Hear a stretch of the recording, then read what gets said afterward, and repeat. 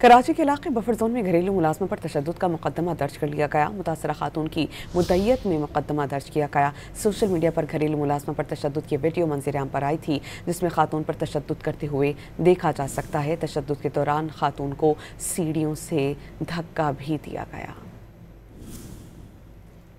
कराची के इलाके buffer zone में घरेलू मुलाजमों पर तशद्दुद का मुकदमा दर्ज कर लिया गया। मुतासरा खातून की मुद्दईयत में मुकदमा दर्ज किया गया। सोशल मीडिया पर घरेलू मुलाजमों पर तशद्दुद की वीडियो मंजर-ए-आम पर आई थी, जिसमें खातून पर तशद्दुद करते हुए देखा जा सकता है। तशद्दुद के दौरान खातून को सीढ़ियों से धक्का भी दिया गया।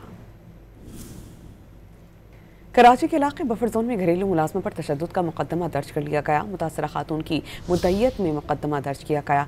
सोशल मीडिया पर घरेलू मुलाजमों पर तशद्दुद की वीडियो मंजर-ए-आम पर आई थी, जिसमें खातून पर तशद्दुद करते हुए देखा जा सकता है। तशद्दुद के दौरान खातून को सीढ़ियों से धक्का भी दिया गया।